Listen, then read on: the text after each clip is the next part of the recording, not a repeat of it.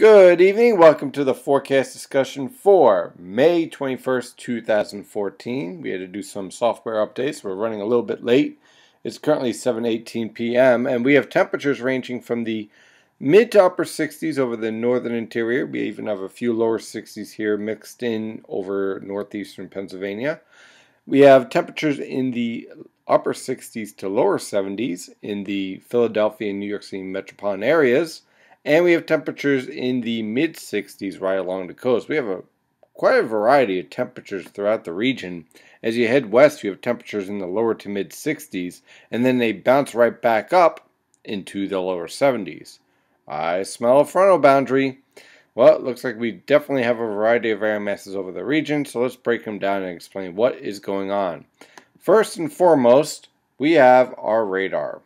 Now, what we're seeing here are scattered showers and a few isolated thunderstorms dropping southeast from the Great Lakes towards the Philadelphia and New York City metropolitan area.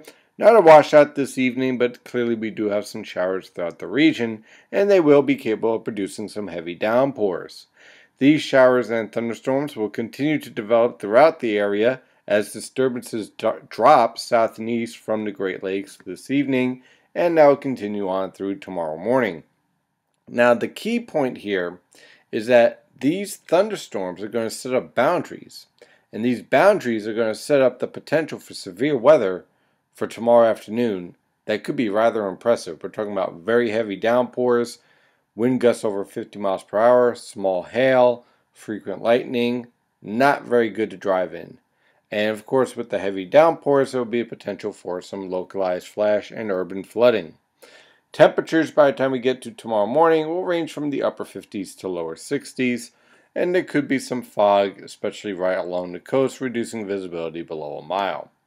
Now, on the infrared satellite picture, we pretty much have this all laid out here. We have our cold front over the Great Lakes with our polar air mass, over the central Great Lakes and the upper Midwest. Then we have our warm front here over the Great Lakes, the Ohio River Valley, and basically cutting Pennsylvania in half. Now notice what's happening here over New England and the northern mid-Atlantic. We have high pressure locked in right over New York City, in fact, but it doesn't exactly look like it when you go outside. There's some broken to overcast cloud cover out there. This high pressure system is a result of convergence and confluence, which I'll show in the water vapor satellite picture. And what that basically means is that we have sinking air supporting a high pressure system, which is preventing our warm front from driving north and east.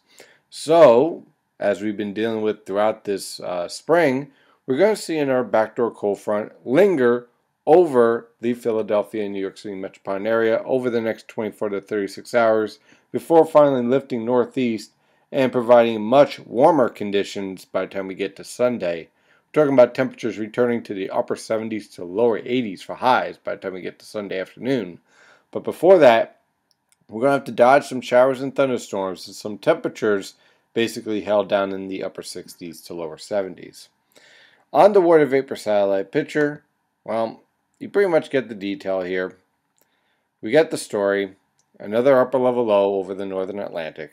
And that, my friends, is going to be a constant theme throughout this entire spring and into the summer.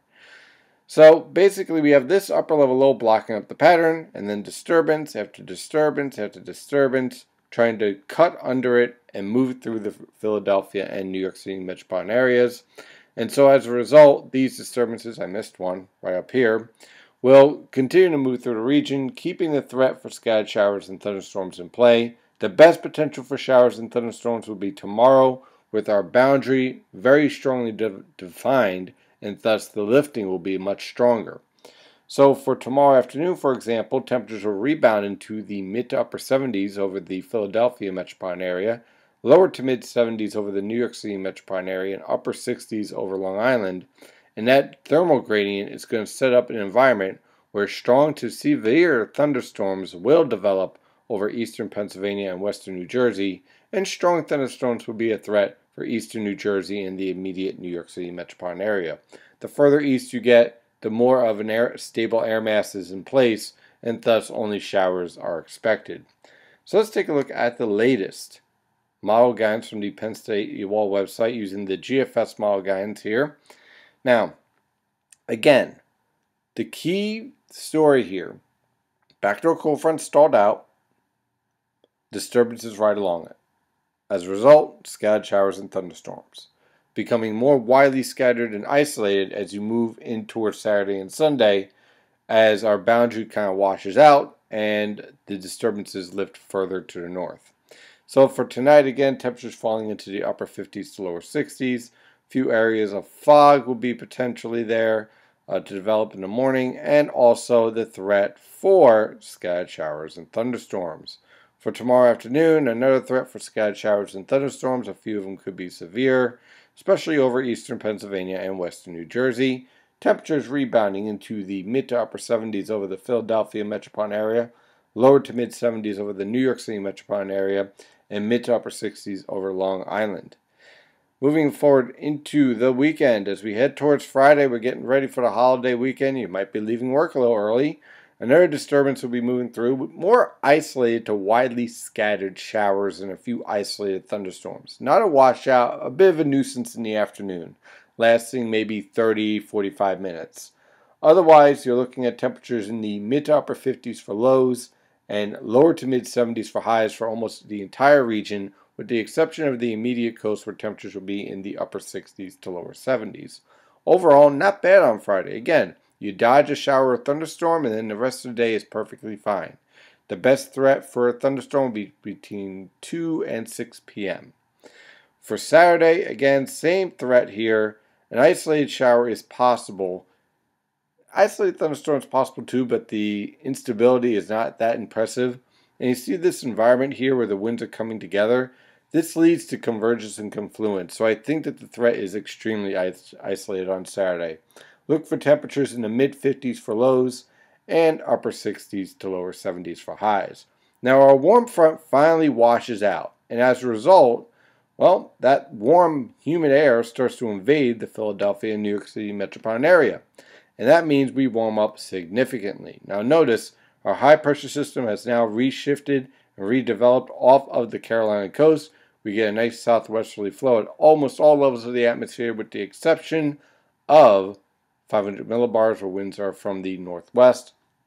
The combination of this will lead to temperatures in the upper 50s to lower 60s for lows and upper 70s to lower 80s for highs, with the exception of the immediate coast where they'll be in the lower to mid 70s.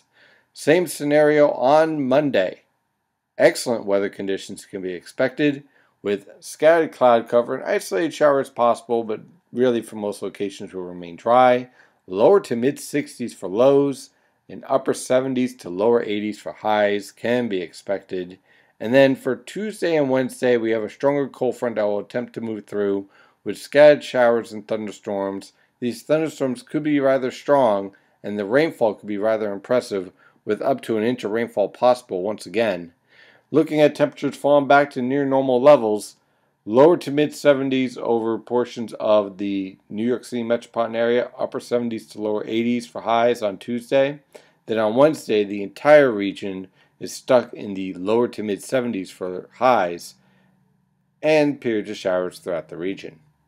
Well, that is your forecast discussion for today. Of course, I'm your meteorologist, Stephen DiMartino. Thank you for following NYNJPA Weather, and thank you for following NYNJPA Weather on Twitter, Facebook, Google+, LinkedIn. Let's see, where else? The Patch and the Examiner. And as always, thank you for being a member. Have a wonderful night, and as always, stay safe out there.